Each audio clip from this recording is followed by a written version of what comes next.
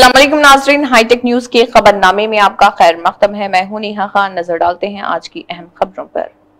Nizamabad CCS police ने multi level marketing के नाम पर धोखाधड़ी के खिलाफ क्रैकडाउन किया। निजामाबाद के सीसीएसए सीपी नागेंद्रचारी ने कहा है कि मुंबई, पुणे, दिल्ली, गुजरात और हैदराबाद जैसे शहरों से 2 लोगों को निजामाबाद से छोटी सरमायाकारी के नाम पर धोखा देने के इल्जाम में गिरफ्तार किया गया है। सीसीएस के दफ्तर में नामानिगारों से बात करते हुए एसीपी ने कहा है कि निजामाबाद जिले के इंदलवाई मंडल के एक सरकारी टीचर ने निजामाबाद शहर के हाशमी कॉलोनी के मोइस खान, सैयद हमीद हसन और वाजिद हुसैन की बातों में यकीन किया और क्रिप्टो करेंसी में सरमायाकारी करने के लिए उनसे लाखों रुपए जमा किए। నిజామాబాద్ చెందిన మొహమ్మద్ మోయిన్ ఈయన సాఫ్ట్వేర్ ఇంజనీరు. తర్వాత ఇతని ఫ్రెండ్ అహ్మద్ హసన్ ఇతను మహమ్మదియా కాలనీ, తర్వాత మోయిజీ హష్మి కాలనీ. వీళ్ళిద్దరూ ఫ్రెండ్స్. వీళ్ళు ఇంకా కొంతమంది కలిసి ప్రజలను ఈజీగా మనీ సంపాదించాలనే ఉద్దేశంతో శ్రేమ్ ఎవర్ గ్రీన్ కన్స్ట్రక్షన్ ఒక కంపెనీ ఫ్లోట్ చేసి ఆ కంపెనీకి ఇన్వెస్ట్మెంట్ పేరు మీద, అంటే ఎలాంటి డిపాజిట్లు స్వీకరించడానికి కూడా వాళ్ళకి ఎలాంటి అనుమతులు లేకన్నా కూడా వాళ్ళు డిపాజిట్ల పేర్ల మీద, ఇంట్రెస్ట్ పేరు మీద తీసుకొని దాదాపు ఇక్కడ 2022-23లో దాదాపు 125 మందిని చిట్ చేశారు. అందులో ఒక బాధితుడు హకీం అనే ఒక టీచరు, ఈయన ఇందల్వాయి లోలంలో ఒక టీచర్గా పనిచేస్తాడు. ఇతను వచ్చి మా కంప్లైంట్ ఇందల్వాయిలో పోలీస్ స్టేషన్లో కంప్లైంట్ ఇస్తే దీని మీద సిపిఆర్ ఆదేశాల మేరకు సిసిఎస్ దర్యాప్తు చేసింది. ఇతను డబ్బులు ఇంట్రెస్ట్ ఇస్తామని, లేకపోతే ట్రేడింగ్ చేస్తామని, క్రిప్టో కరెన్సీ చేస్తామని చెప్పేసి డబ్బులు వసూలు చేసాడు. దాదాపు 8.5 కోట్ల రూపాయలు. ఇది 8.5 కోట్లు కాకుండా ఇంకా కొంతమంది మా దృష్టికి రాని వాళ్ళు కూడా ఇంకా ఉంటారు. దాదాపు 10-15 కోట్ల రూపాయలు ఉంటాయి. సో అతన్ని నిన్న అరెస్ట్ చేయడం జరిగింది. ఈరోజు కోర్టుకు పంపడం జరుగుతుంది. అయితే వీళ్ళ ఉద్దేశం ఏంటంటే మల్టీ లెవెల్ మార్కెటింగ్ అని ఒక కోట్రా ప్రాఫిట్ అనే ఒక యాప్ క్రియేట్ చేసి ఆ యాప్ ద్వారా భారతదేశం మొత్తంలో చాలా మందిని ఇన్వైట్ చేసి వాళ్ళకు లాభాలు ఇస్తామనే పేరు మీద తీసుకోవాలనేది ఒక ప్లాన్ చేశారు.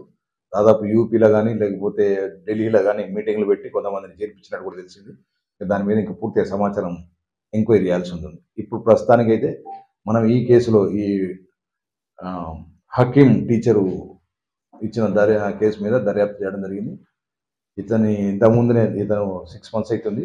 ఇతని ఫ్లై ఇటు పోకుండా ట్రావెల్ బ్యాన్ చేయడం జరిగింది ఇంతకుముందే. తర్వాత అకౌంట్స్ కూడా సీజ్ చేయడం జరిగింది. ఫర్దర్గా దర్యాప్తు చేస్తాము.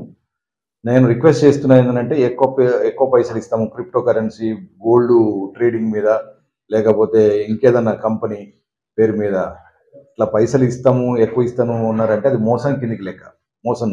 మోసం చేసే వాళ్ళు మనల్ని లూర్ చేస్తున్నారు. సో ప్రజలను రిక్వెస్ట్ చేస్తున్నాము, అట్లాంటిది ఏమైనా ఉంటే తర్వాత ఈ మొయిజ్ ఖాన్ బాధితులు ఎవరైనా ఉంటే నేరుగా సిపి గారిని కలిస్తే వాళ్ళ మీద అది కేసులు కూడా రిజిస్టర్ చేయడం జరుగుతుంది. ఈ విషయం మీ పత్రికా మిత్రులకు కూడా ఏంటంటే ఎవరన్నా మీ దృష్టికి వస్తే కూడా మీరు మా దృష్టికి తీసుకొస్తే వాళ్ళ మీద లీగల్ యాక్షన్ ఇనిషియేట్ చేయడం జరుగుతుంది.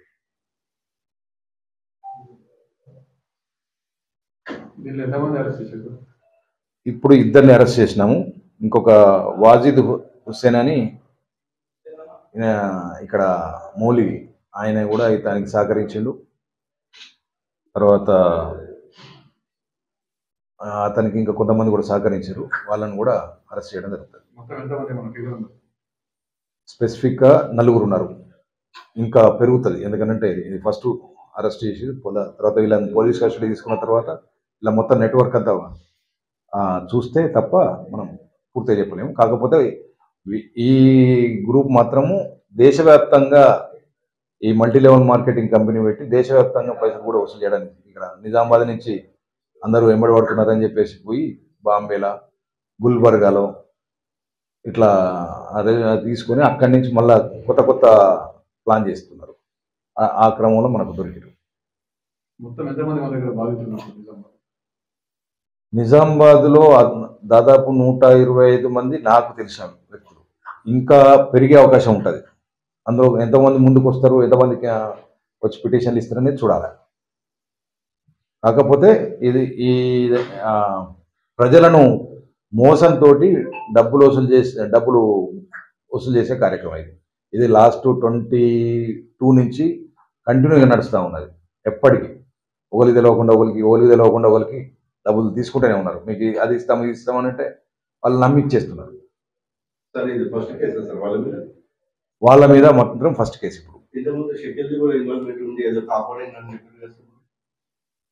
అది ఇంకా మా దృష్టికి రాలేదు. ఒకవేళ ఏదైనా ఉంటే ఆ దృష్టిలో కూడా చూస్తాం.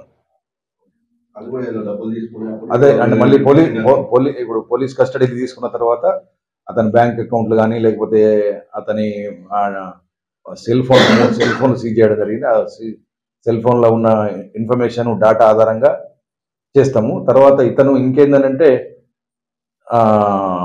US$ కూడా ట్రేడింగ్ చేస్తాడు వితౌట్ పర్మిషన్ ఆఫ్ RBI కానీ లేకపోతే ఇంకేదన్నా గవర్నమెంట్ ఏజెన్సీల లేకుండా పర్మిషన్ లేకుండా ట్రేడ్ చేస్తాడు. ఈ ట్రేడ్ చేయడం కోసము ఆయన డిఫరెంట్ వ్యక్తుల దగ్గర అకౌంట్ తీసుకుంటాడు. ఆ అకౌంట్లు ఒక్కోసారి మనకు సైబర్ నేరస్తులు ఏమైతుందంటే ఆ US$ కొనుక్కొని కన్వర్ట్ చేసుకునే క్రమంలో వాళ్ళు బాధితులు అవుతారు. అంటే ఇతనికి ఎవరైతే అకౌంట్లు ఇచ్చారో అట్లాంటిది ఏమైనా ఉంటే కూడా మా దృష్టికి తీసుకురండి.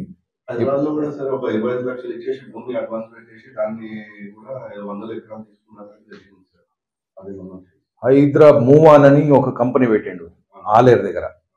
మూవాన్ అనే కంపెనీ పెట్టి ఆ కంపెనీ ఈయన ల్యాండ్ కాదు ఏం కాదు ఉత్త కంపెనీ పెట్టి ల్యాండ్ ఓనర్ తోటి అగ్రిమెంట్ చేసుకొని వీళ్ళ దగ్గర ఇన్వెస్ట్మెంట్ అని చెప్పేసి తీసుకున్నాడు. తర్వాత ఈయన పారిపోయాడు. ఆ ల్యాండ్ ఓనరు ఎవరికి పైసలు ఇవ్వలేదు, రిటర్న్ ఇవ్వలేదు, ల్యాండ్ రిజిస్టర్ చేయలేదు. బాధితులు దానికి సంబంధించిన ఇక్కడ కూడా బాధితున్నారు. దాని మీద కూడా దర్యాప్తు చేస్తున్నాం. అది కూడా బాధితులు ఎవరైనా ఉంటే వచ్చి సిపి గారిని కలిస్తే వాళ్ళకి కూడా కేసులు రిజిస్టర్ చేయడం జరుగుతుంది. ఈయనకు సంబంధించిన ఎవరైనా కూడా వీళ్ళకు టీంకు సంబంధించిన ఎవరున్నా కూడా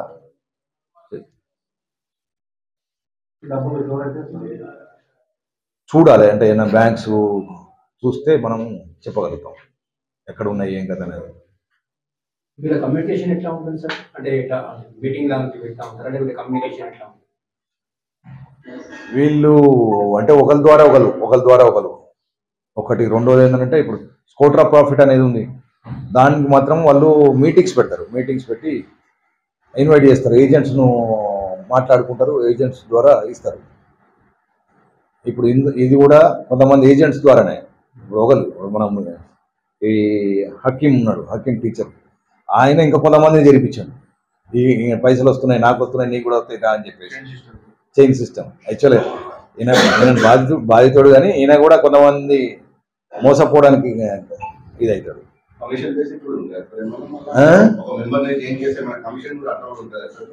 ఇది వాళ్ళకు ఇంటర్నల్